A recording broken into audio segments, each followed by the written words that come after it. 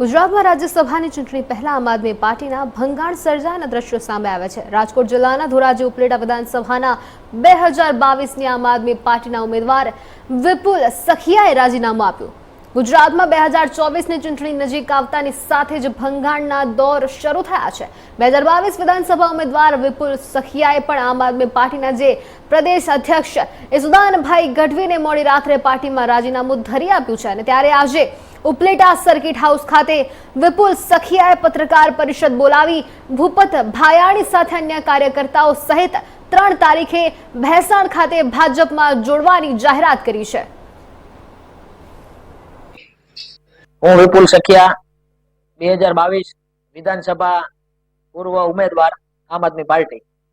ગઈકાલે રાત્રે આમ આદમી પાર્ટીના પ્રદેશ અધ્યક્ષ યસુદાનભાઈને મેં મારું સ્વૈચ્છિક રાજીનામું આપ્યું છે અને આજે પત્રકાર પરિષદમાં હું પણ કહું છું તમને કે 2022માં જે પણ લોકોએ મને સાથ સહયોગ અને મારી સાથે રહ્યા છે એવા તમામ કાર્યકર્તાઓ અને ધોરાજી ઉપલેટાની જનતાનો ખૂબ ખૂબ આભાર માનું છું કે મને 30,000ની નજીક જેટલા મતો આપ્યા હતા।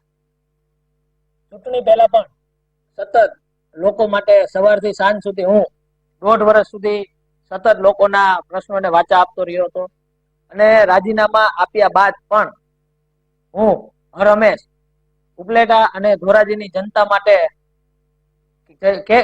કોઈ પણ કામ હશે હંમેશા હું દરેક કામ માટે તત્પર રહી। મારી સાથે મારા આંદોલનકારી આગેવાન જસ્મીનભાઈ હિરાણી તેમજ ઉપલેટા તાલુકાના આમ આદમી પાર્ટીના પ્રભારી દિલીપભાઈ ફળદુ અને ઘણા બધા કાર્યકર્તાઓ આવનારી 3 તારીખે ભારતીય જનતા પાર્ટીના પ્રદેશ અધ્યક્ષ CR પાટીલ સાહેબ તેમજ પ્રદેશ ઉપાધ્યક્ષ ડોક્ટર ભરતભાઈ બોગરા તેમજ ઘણા બધા જિલ્લાના આગેવાનો સાથે ભૂપતભાઈ ભાયાણી સાથે અમે બધા ભારતીય જનતા પાર્ટીમાં જોઈન્ટ થવાના છીએ।